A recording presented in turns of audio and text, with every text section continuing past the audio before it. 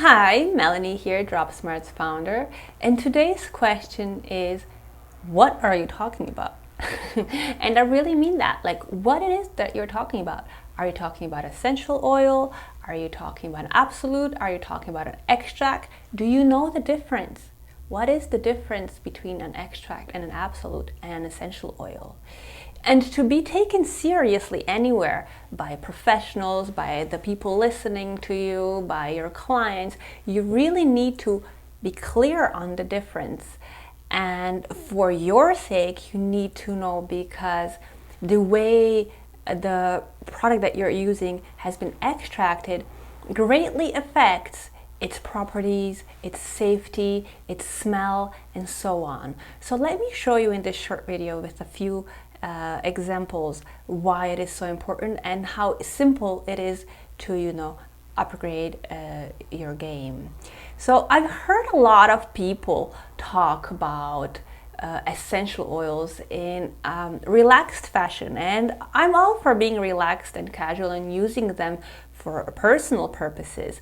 But when you say things like essences, aromas, aromatics, you start confusing what it is that you're talking about. It can all relate to the essential oil, but what it is that you want to communicate to that person? Are you really talking about aromatics or aroma, or are you talking about essential oil?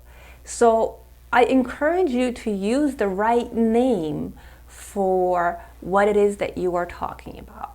So let's go to DropSmart and I'll quickly show you how this is very important, not only to use the right word, but also to know what that word means for you as a professional and for the essential oil as a product that you're going to use to possibly help someone, to recommend it, to use it and be effective. So I want to start with the simple one that we all know. It's a rose. So we have rose essential oil and rose absolute. And as you can see in DropSmart, it's all nice and simple and labeled for you. So you can see that this one is steam distilled. And the difference, as you will notice, is in the chemistry here with the colors. You'll see right away difference in the color. So this is how it looks like, the chemistry of rose that is an essential oil, and here we have a rose that is actually extracted. But let's look at this one first, and what it has is a lot of monoterpene alcohols, which are beautiful, beneficial, have a beautiful smell as well. But usually when we're going for that very rosy smell, we want to have the absolute, and that one has these bigger molecules. And you will see here, if I scroll down to look at the chemistry, that actually it has aromatic alcohols, and they are bigger molecules. And what does that mean for you? Right away you can see that it will smell different, it will absorb different because of the size, it will have different properties because of that, at a different percentage, at a different efficiency.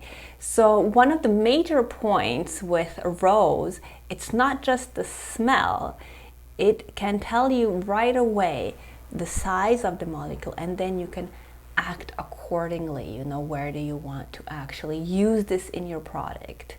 And it will be very useful for your clients, for your superiors, or whoever it is that you have to explain this to know exactly why they should use one oil versus the extract. So perhaps you want to recommend the extract to someone that really wants to make a perfume, whereas for aromatherapy purposes, you might want to use the beautiful but much more gentle essential oil. Now let me show you something that you might not know about, because we all do know about rose. But lavender, for example, you have the steam distilled lavender, and look at the safety of it. Look at how much research we have on it, and how much practical benefits.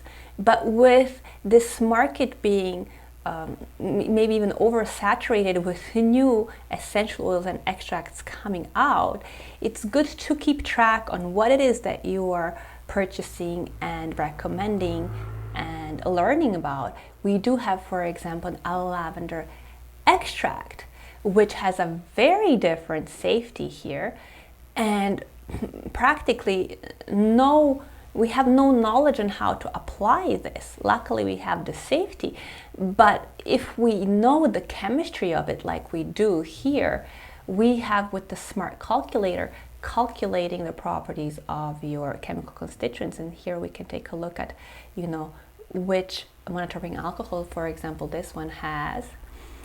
We have many more ideas on how to use it. But today that is not the theme. I just wanted to introduce you to this very important question, and that is, what are you talking about? And be very clear when you're talking about these beautiful extracts, because everything I showed you today is an extract. So essential oil is an extract, absolute is an extract, it can be a solvent extraction with alcohol or whatever.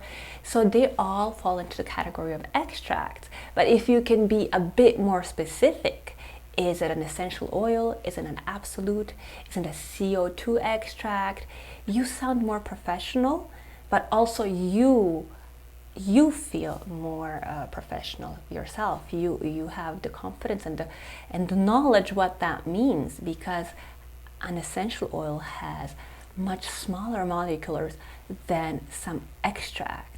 And I invite you to join me on this journey to develop this further. I created a very mini, short, and straightforward masterclass, Aroma Alphabet, and I'd love for you to join me further, where I explain this in a bit more detail. I share with you, these definitions so that you can really come across as a professional.